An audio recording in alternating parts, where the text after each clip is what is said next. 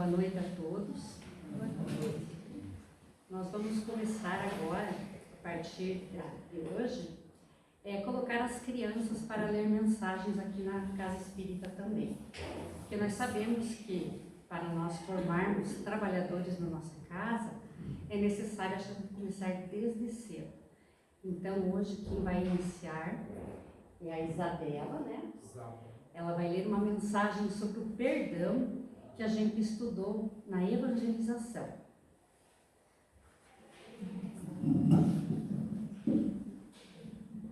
Perdão.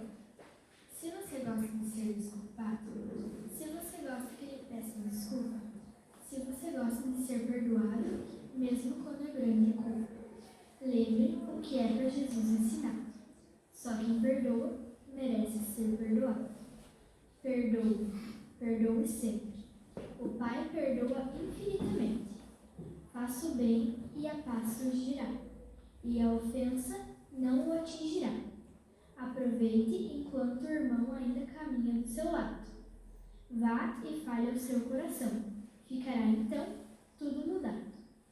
O inimigo será amigo. Todo mal se transformará em bem. Perdoe, porque perdoando, você será perdoado também.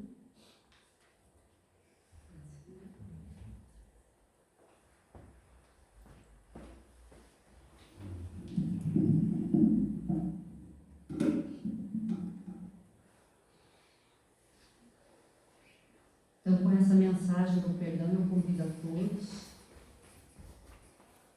para que nós possamos elevar o nosso pensamento a Jesus, que nos mostrou o que é perdoar.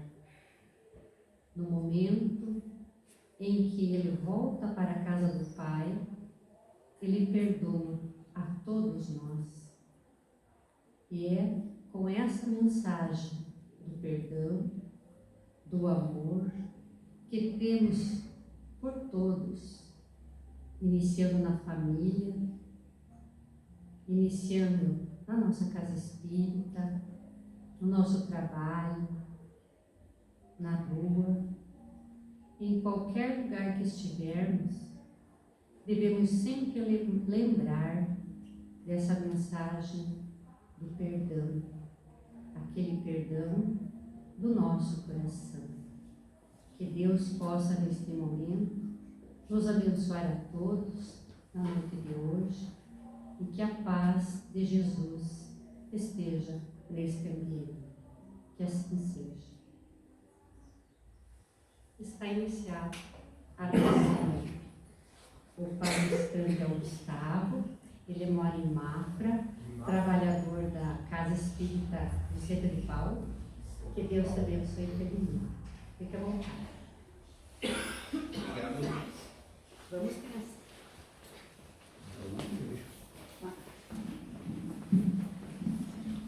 Boa noite a todos.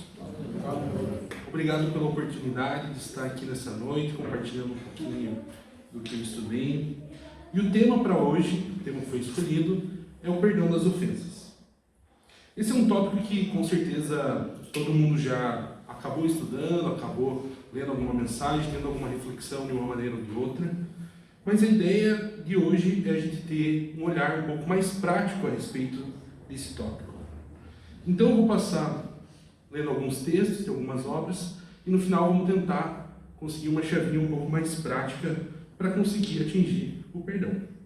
Então primeiro vamos começar pelo Evangelho segundo o Espiritismo, que normalmente é o livro que a gente recorre quando a gente quer estudar algum livro à luz da doutrina espírita, algum tópico à luz da doutrina espírita.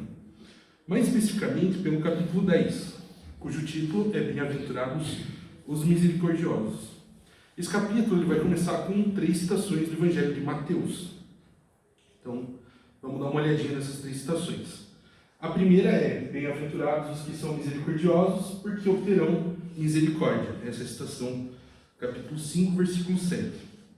Às vezes a gente lê essa frase e, como é uma frase tão batida que a gente estuda tanto, a gente não para refletir sobre o que ela realmente significa.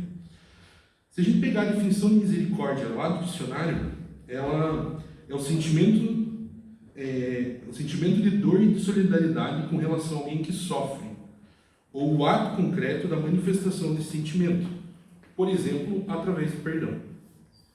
Então, se nós, o que esse versículo vai trazer para nós é que se nós formos capazes de sentir a dor do próximo e efetivamente exercer algo através desse sentimento, como por exemplo, perdoando o nosso próximo, nós também receberemos a misericórdia. Ou seja, através da lei de ação e reação, se nós formos capazes de perdoar quando nós somos ofendidos, nós seremos perdoados quando for nossa a falha.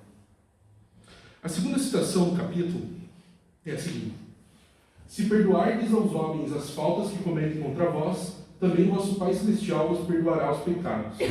Mas se não perdoardes aos homens quando vos tenham ofendido, vosso Pai Celestial também não vos perdoará os pecados.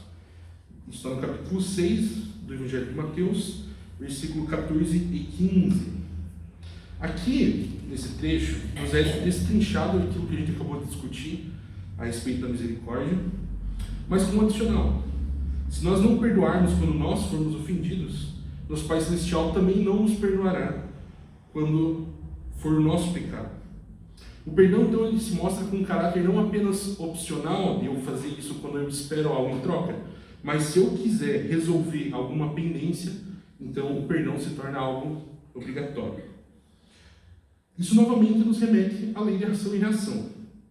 Quando a gente fala de causa e efeito, ação e reação, ou outros nomes que a gente atribui a esse fenômeno, a gente fala da questão do livre-arbítrio do homem. E às vezes é tão automático que a gente não para pensar de onde é que surgiu esse termo, de onde que a gente tirou isso.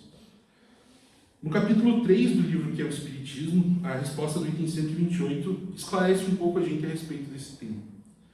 Se a conduta do homem fosse sujeita à fatalidade, não haveria para ele nem responsabilidade do mal, nem mérito do bem que pratica. Toda punição seria uma injustiça, toda recompensa um contrassenso. O livre-arbítrio do homem é uma consequência da justiça de Deus. Então, a escolha de praticar ou não o perdão é nossa, mas as consequências, tanto positivas quanto negativas, também são nossas, são retornos da atitude que nós tivemos. E por fim, a terceira citação do Evangelho de Mateus é: se contra vós pecou vosso irmão, e fazer-lhe sentir a falta em particular, a sós com ele. Se vos atender, tereis ganho o vosso irmão. Então, aproximando-se dele, disse-lhe Pedro: Senhor, quantas vezes perdoarei a meu irmão quando houver pecado contra mim? Até 7 vezes? Respondeu-lhe Jesus: não vos digo que perdoarei até 7 vezes, mas até 70 vezes 7 vezes. Isso está lá no capítulo 18, versículo 15, 21 e 22. Esse trecho ele é particularmente interessante porque ele vai versar sobre 2 tópicos distintos. O primeiro é sobre a maneira como nós praticamos o perdão. Porque é explícito que ele diz que nós devemos conversar a sós. Porque nós devemos chamar o nosso irmão e então conversar com ele no privado, no íntimo. Lembrando que atender, a palavra atender utilizada aqui, ela tem o significado de dar atenção a alguém, ouvir essa pessoa. Então, entendendo o motivo por qual essa pessoa pecou contra nós, nós então seremos capazes de perdoar. O perdão não deve ser, então, anunciado, a gente não deve contar, fofocar com o vizinho, eu perdoei fulano, a gente não deve colocar nas redes sociais, olha, hoje eu perdoei alguém. Isso deve ser feito, então, como eu já disse, no íntimo.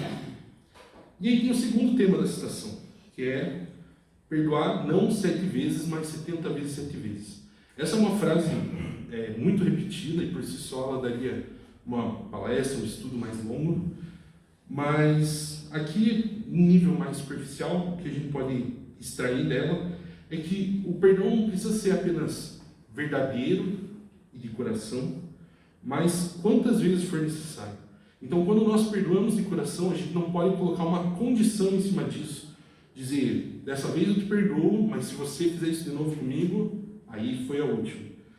Não, se o perdão realmente for de coração, ele precisa ser indefinido. Aqui, 70 vezes não é um número exato, é uma miríade de vezes. Um número indefinido, um número incontável. Essas são citações bastante comuns do Evangelho de Mateus, quando estudamos diversos assuntos, não apenas especificamente o perdão. E com certeza todo mundo aqui já leu essas passagens de um jeito ou de outro. Mas o objetivo de hoje, como eu citei no começo, é tentar colocar em prática o perdão. E como é que a gente pode fazer isso? Existe um exercício que a gente pode fazer que se chama colocar o sapato dos outros. Tem um texto no Momento Espírita com esse nome, que é uma citação com citações do livro A Carta Magna da Paz, pelo Espírito Camilo, é uma psicografia de Raul Teixeira, e esse texto diz o seguinte: os países de língua inglesa usam um termo muito interessante para explicar a empatia: colocar seus pés no sapato dos outros. Trata-se de um exercício difícil, num primeiro momento, mas que depois de aprendido torna-se grande aliado para melhorar nossas relações com o próximo. Essa técnica envolve a capacidade de suspender provisoriamente a insistência no próprio ponto de vista e encarar a situação a partir da perspectiva do outro. Significa imaginar qual seria a situação caso se estivesse no seu lugar, como se lidaria com o fato. Isso ajuda a desenvolver uma conscientização dos sentimentos do outro e um respeito por eles, o que é um importante fator para a redução dos conflitos e problemas nas relações. O que essa mensagem, então, traz para nós é que a partir do momento que nós conseguirmos enxergar o ponto de vista do outro, trocar os sapatos, vai se tornar mais fácil compreender por que o próximo cometeu determinado ato contra nós. Por que ele teve determinada atitude. E compreendendo suas motivações, então, é mais fácil de nós apaziguarmos os conflitos e conseguir atingir o perdão. Não que isso seja uma tarefa fácil, muito pelo contrário, mas é um caminho que a gente consegue exercitar na prática, pensar, refletir a respeito disso e tornar um exercício. E bem, se a gente precisa colocar o sapato no outro, então surge um problema subsequente, um problema derivado, que é: como é que eu vou fazer para colocar o sapato do outro se ele calça um número menor que eu? Eu, por exemplo, calço 44, então para mim é uma tarefa muito difícil. E se você tiver um pé menor, colocar o meu sapato também vai ser difícil, vai ficar solto lá dentro, vai ficar folgado. O que eu quero dizer com esse questionamento é que se o meu próximo teve uma atitude ruim comigo através de uma falha que eu também tenho, se ele consegue facilmente colocar meu sapato, é mais fácil dele enxergar pelo meu ponto de vista e me perdoar. Mas quando nós temos dificuldade para entender a motivação do outro para ter tomado determinada atitude, se torna muito mais difícil da gente colocar esse sapato, a gente conseguir ter empatia. Quantas vezes a gente vê uma notícia, vê um caos que aconteceu e pensa: no lugar de fulano eu nunca teria feito isso. Mas a verdade é que nós somos espíritos imperfeitos e falhos e estamos sujeitos a todo tipo de erro. Mesmo que nós tenhamos superado uma determinada falha moral, nós estamos em um mundo de provas e expiações, então nós ainda temos muito o que depurar. E aí a gente precisa fazer um esforço para entender de onde veio aquela falha moral que, a princípio, não ressonou com a gente não conseguiu compreender porque o outro teve determinada atitude. Para a gente entender de onde veio isso, na verdade a gente consegue destrinchar essa questão em uma questão um pouco mais fundamental, uma questão um pouco mais essencial, que é por que certas pessoas cometem certas maldades, ou em outras palavras, o problema da origem do mal. O capítulo 3 da Gênese, ele trata especificamente sobre esse assunto, já nos primeiros tópicos discutidos. E aí eu tirei uma citação de lá. Diz assim: o espírito tem por destino a vida espiritual, porém, nas primeiras fases da sua existência corpórea, somente as exigências materiais lhe cumpre satisfazer. E para tal, o exercício das paixões constitui uma necessidade para a conservação da espécie dos indivíduos, materialmente falando. Então, por mais que o objetivo da existência do espírito, o motivo pelo qual nós fomos criados, seja a nossa depuração espiritual, nossa evolução moral, quando nós estamos em um estado primitivo, nós temos necessidades básicas como a sobrevivência da espécie, a manutenção da nossa saúde física, que nos geram instintos tão fortes que se faz necessário práticas muito ligadas à matéria, práticas que não contribuem com a nossa evolução espiritual. Seguindo. Mas uma vez saído desse período, outras necessidades se lhe apresentam, a princípio semi-morais e semi-materiais, depois exclusivamente morais. É então que o espírito exerce domínio sobre a matéria, sacode-lhe o jugo, avança pela senda providencial que se lhe acha traçada e se aproxima do seu destino final. Podemos entender então que essas paixões que outrora foram necessárias para a nossa existência, essas atitudes mais primitivas, elas se tornam algo ultrapassado. Conforme o espírito, o mundo vai se depurando, surgem necessidades mais elevadas, como diz ali, primeiro ser materiais e depois morais. Se ao contrário, ele se deixa dominar pela matéria, atrasa-se e se identifica com o bruto. Nessa situação, o que era outrora um bem, porque era uma necessidade da sua natureza, transforma-se num mal. Não só porque já não constitui uma necessidade, como porque se torna prejudicial à espiritualização do ser. Muita coisa que é qualidade na criança torna-se defeito no adulto. Ou seja, se um espírito se recusa a aceitar a evolução moral, se recusa a aceitar esse progresso e toma essas atitudes primitivas, isso se torna um mal. Aquelas paixões que eram algo necessário para a sobrevivência e para a manutenção da vida, torna-se algo que segura a evolução do espírito. Então aquilo que não só era aceito como era necessário, no estágio que Kardec aqui compara com uma criança, se torna um defeito numa sociedade mais evoluída, que nessa metáfora seria o indivíduo adulto.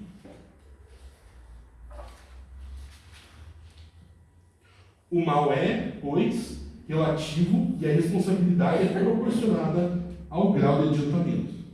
Então, quanto mais evoluído um espírito é, quanto mais compreensão ele tem, quanto mais evoluído é o planeta que ele habita, a sociedade em que ele reencarna, tudo isso é levado em consideração para a proporcionalidade do mal que ele causa. Ou seja, um espírito que tem mais entendimento, que tem a noção da doutrina espírita, sabe que o mal que ele causa vai ressonar e ele vai precisar resolver isso mais tarde, nessa ou em outra encarnação. Alguém que tem esse conhecimento e mesmo assim opta por causar o mal, é cobrado de acordo com o seu conhecimento. E para finalizar essa citação da Gênesis, todas as paixões têm, portanto, uma utilidade providencial. Pois se assim não fosse, Deus teria feito coisas inúteis e até nocivas. No abuso é que reside o mal e o homem abusa em virtude do seu livre-arbítrio. Mais tarde, esclarecido pelo seu próprio interesse, livremente escolhe entre o bem e o mal. Esse trecho aqui ele é interessante porque ele cita a perfeição da obra de Deus. Ele reforça a ideia, ele nos lembra de que uma das características de Deus é a perfeição. Portanto, se foi colocado algo para o início da nossa evolução, para os mundos primitivos, recorrermos à sobrevivência, nós não podemos assumir que isso é uma falha, algo ruim, algo que simplesmente deve ser descartado no futuro, porque isso vai contra a ideia de que a obra de Deus é perfeita. As paixões têm motivo para existir, e parte do nosso livre-arbítrio sabermos usá-las ou não. Muito nesse texto fala sobre paixões, né? Tem sido uma palavra recorrente aqui, mas ela não foi exatamente definida. Aqui na Gênesis, em outras obras da codificação, a palavra paixão ela não é usada de maneira leviana, de maneira comum, de acordo com o que a gente encontra se a gente verificar no dicionário o significado da palavra paixão. Ela tem um significado específico, ela não é utilizada de maneira genérica. Os Espíritos vão falar especificamente sobre paixões numa sessão no capítulo 12 do Livro dos Espíritos. Eu vou trazer aqui uma citação do comentário de Kardec da pergunta 908 primeiro, aí nós vamos ler e depois voltar para as questões para conseguir compreender de maneira mais fácil o que os Espíritos querem dizer quando eles usam esse termo. Então, o comentário da questão 908 diz assim: todas as paixões têm seu princípio num sentimento ou numa necessidade natural. O princípio das paixões não é, assim, um mal, pois que assenta numa das condições providenciais da nossa existência. A paixão propriamente dita é a exageração de uma necessidade ou de um sentimento. Está no excesso e não na causa. E esse excesso se torna um mal, quando tem como consequência um mal qualquer. Toda paixão que aproxima o homem da natureza animal, afasta-o da natureza espiritual. Todo sentimento que leva o homem acima da natureza animal denota a predominância do espírito sobre a matéria e o aproxima da perfeição. A paixão, então, é um instrumento natural, benéfico, criado por Deus para o estado primitivo dos homens, que devemos usar moderadamente conforme nós evoluímos, para que isso não seja um mal que volta a cobrar nós. Então vamos pensar num exemplo, para tentar deixar isso um pouco mais concreto, sair do mundo das ideias. Vamos supor um líder de uma tribo primitiva. Ele precisa de um instinto de proteção para conseguir preservar a comunidade que ele comanda, a tribo que ele comanda. Porque no mundo primitivo existem muitos perigos, tanto outras tribos, os maus naturais do mundo, os predadores. Então, esse comportamento de dominação que ele pode ter sobre a tribo era necessário no estágio primitivo, mas se ele for replicado na nossa sociedade moderna, ele se refletiria como um comportamento abusivo, um comportamento de dominação, de superproteção, o que pode resultar na privação da liberdade dos próximos que convivem com essa pessoa. Então, algo que inicialmente foi criado para ser algo bom, para ser algo que garante a sobrevivência da espécie, se torna algo ruim, se torna um mal. Ou, por exemplo, a agressividade necessária para lutar contra os predadores, se nós aplicarmos essa mesma agressividade nos dias de hoje, é algo inadmissível na nossa sociedade. Isso será julgado tanto pela lei dos homens, quanto pela própria lei de Deus. Bom, então, agora temos uma visão mais clara do que significa essa palavra, paixão, e podemos entender um pouco melhor as questões 907 e 908. A 907 diz o seguinte: será substancialmente mal o princípio originário das paixões, embora esteja na natureza? Não. A paixão está no excesso de que se acresceu a vontade, visto que o princípio que lhe dá origem foi posto no homem para o bem, tanto que as paixões podem levá-lo à realização de grandes coisas. O abuso que delas se faz é que causa o mal. É muito interessante aqui a gente notar o uso da palavra vontade, ou seja, a paixão não é apenas o excesso, mas é o excesso acrescido da vontade, o que denota culpa ou dolo no ator que causa essa paixão, que utiliza essa paixão. E mais do que isso, aqui é citado que você tem a opção de fazer esse abuso, ou seja, você optou por causar esse mal, que é justamente o que a gente aprende quando a gente estuda a lei moral da liberdade. Você não é obrigado a causar um mal. O mal causado por nós é sempre através da nossa vontade de fazer. E a pergunta 908. Como se poderá determinar o limite em que as paixões deixam de ser boas para se tornarem más? As paixões são como um corcel, que só tem utilidade quando governado e que se torna perigoso desde que passe a governar. Uma paixão que se torna perigosa a partir do momento em que deixais de poder governá-la e que dá em resultado um prejuízo qualquer para vós mesmos ou para outra. Então, mais uma vez, os Espíritos trazem a noção de escolha, de que mesmo que nós possamos controlar essa paixão, seja um sentimento que nós dominamos, que nós já passamos por diversas provas para mostrar que é algo que nós temos controle, se nós perdermos esse controle, se nós cometermos um deslize, isso pode resultar tanto no mal contra nós mesmos, quanto no mal para o nosso próximo, que é justamente o mal? Com essas perguntas, e com o estudo da Gênesis, a gente então consegue entender um pouco melhor a origem do mal, por que é que o próximo comete determinados atos contra nós. Então, esses atos ruins contra nós são frutos de uma paixão, ou seja, algo que deveria ser natural, um sentimento ou necessidade natural, é extrapolado e esse excesso corrompe essa atitude e resulta em algo ruim contra nós. Nós somos alvos de uma maldade. Então, aquela pergunta que eu tinha citado, nossa, como é que fulano foi capaz de cometer determinada atitude? Tendo entendido o cerne da questão do mal, nós conseguimos compreender como certas pessoas acabam realizando certos atos. Porque pode ser que isso provém de um sentimento que nós já depuramos, de uma falha moral que nós já corrigimos, mas que no outro ele ainda não consegue controlar, não tem maturidade para controlar. Ou às vezes até tem, mas a situação, o meio em que a pessoa se encontra, acaba resultando em uma atitude que acaba saindo do controle. Às vezes nós mesmos, achando que dominamos uma certa emoção, colocados sobre a mesma condição, teríamos uma atitude errada também. E é esse exercício de compreensão, de parar para pensar por que é que o outro tomou determinada atitude, que eu venho repetindo aqui, é o que nós fazemos quando colocamos o sapato do outro.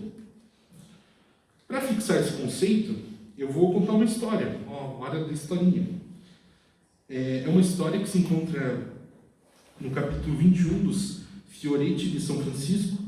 É uma história intitulada do Santíssimo Milagre que fez São Francisco quando converteu o ferocíssimo lobo de Gubbio. Deixa eu tomar uma água até.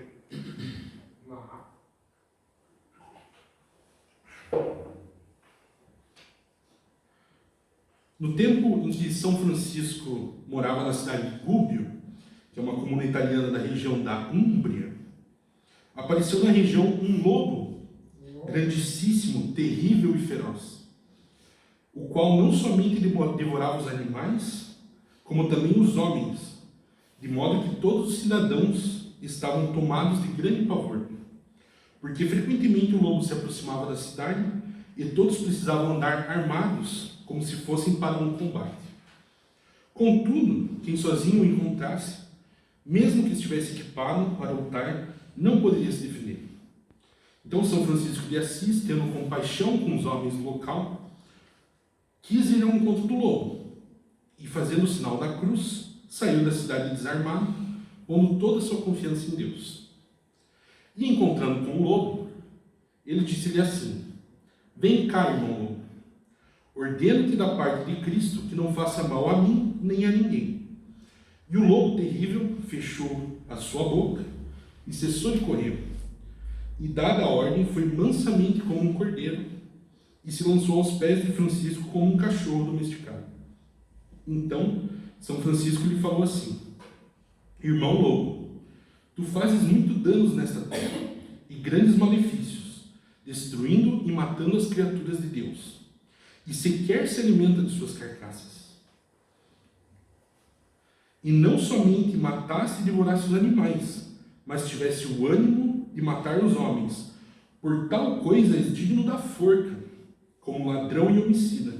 E toda a gente grita e murmura contra ti, e toda a terra te é inimiga. Mas eu quero, irmão lobo, fazer a paz contra ti, entre ti e eles, de modo que tu não mais os ofenderás, e eles te perdoarão todas as passadas ofensas, e nem homens nem cães te perseguirão mais." Dito essas palavras, o lobo, com o movimento do corpo, das patas, da cauda, mostrava que aceitava o que Francisco dizia. E São Francisco disse: "Irmão lobo, quero que me des prova desta promessa, a fim de que possa bem confiar." Então São Francisco estendeu a mão para receber o juramento, e o lobo levantou a pata direita da frente e domesticamente a pôs sobre a mão de São Francisco, dando-lhe o sinal como podia. E então disse São Francisco: "Irmão lobo, eu te ordeno em nome de Jesus Cristo que venhas agora comigo sem duvidar de nada, e vamos concluir essa paz em nome de Deus." E o lobo obediente foi com ele, a modo de um cordeiro manso, pelo que os cidadãos de Gúbio, quando viram isso, se maravilharam. A cidade então adotou o lobo, passou a alimentar ele, até o dia da sua morte, quando então foi erguido um monumento em homenagem ao lobo, já que o mesmo provocou uma união entre todos os habitantes da cidade. Essa história tem algumas lentes diferentes pelas quais a gente pode analisar ela. Primeiro, quero trazer aqui a atenção para a questão da paixão, que nós discutimos bastante aqui hoje.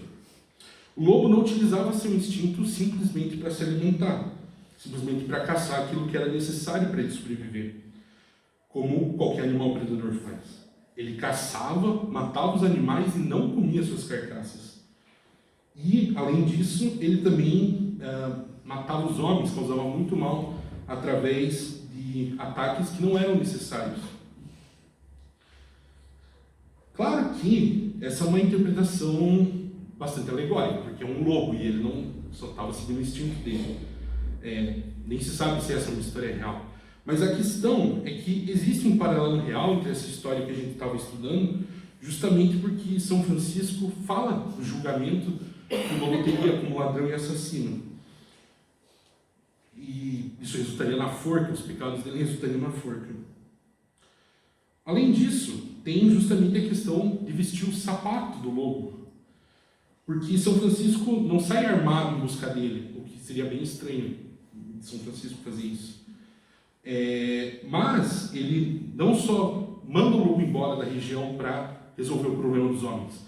Ele dá outra chance ao lobo, chama ele para a cidade e os cidadãos, a partir desse ato, passam a alimentar o lobo que viveu seu tempo de vida, unificando aquela cidade.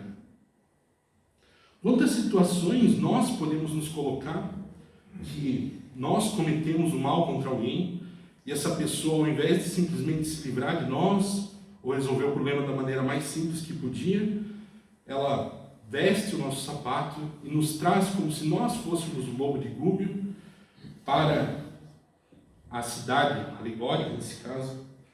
Ou nós, quantas vezes nós sofremos algum mal e nós podemos nos colocar na situação, ao invés de eu simplesmente me livrar da pessoa, ao invés de nunca mais querer ver essa pessoa que cometeu mal contra mim, será que eu não posso acolher ela como os cidadãos acolheram esse lobo?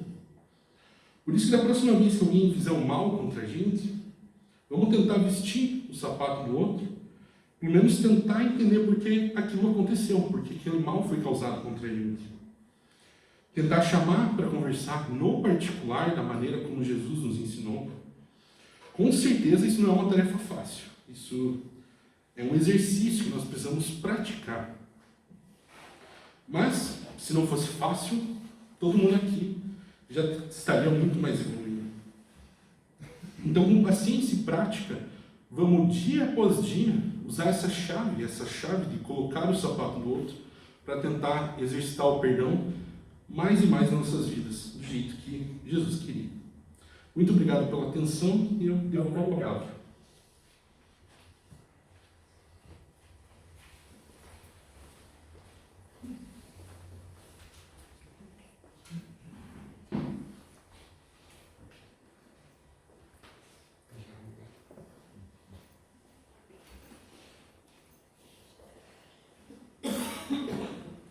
Nós agradecemos a você, Gustavo, pela mensagem que você deixou para nós nesta noite.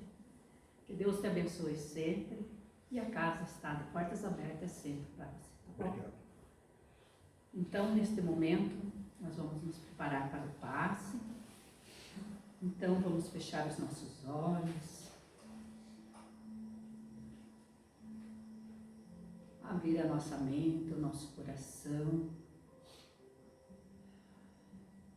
para podermos receber as bênçãos divinas. Vamos imaginar Jesus com os seus mensageiros, espíritos de luz, espíritos trabalhadores de nossa casa, de braços abertos, irradiando sobre a nossa casa espírita, sobre todos nós, as luzes divinas, luzes de amor, de cura, de saúde, de paz, de esperança, de fé e confiança na providência divina,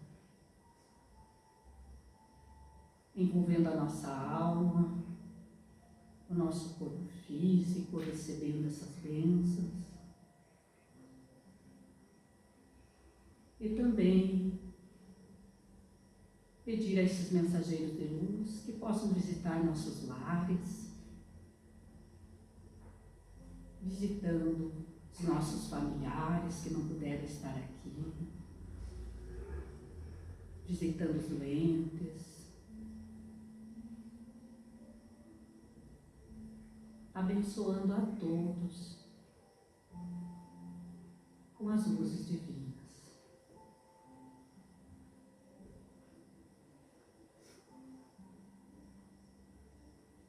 Jesus, Senhor e Mestre, que dirigis o movimento de espiritualização que se opera no mundo todo, tende vossas vistas voltadas sobre todos aqueles que imploram a vossa assistência. Influí para que os mensageiros de Deus, e com especialidade a pleiade que constitui o Espírito de verdade, o Espírito Consolador, orientem nós no caminho do bem e nos proporcionem alívio nos sofrimentos e consolação em nossas aflições. Que eles sejam para nós um arrimo, um amparo, que nos defendam de todo o mal. Senhor, protegei aqueles que desejarem se iniciar na vossa doutrina e dai-lhes a luz do entendimento para a boa compreensão da vossa palavra. Que a vossa paz seja sobre todos nós. E com essa oração damos início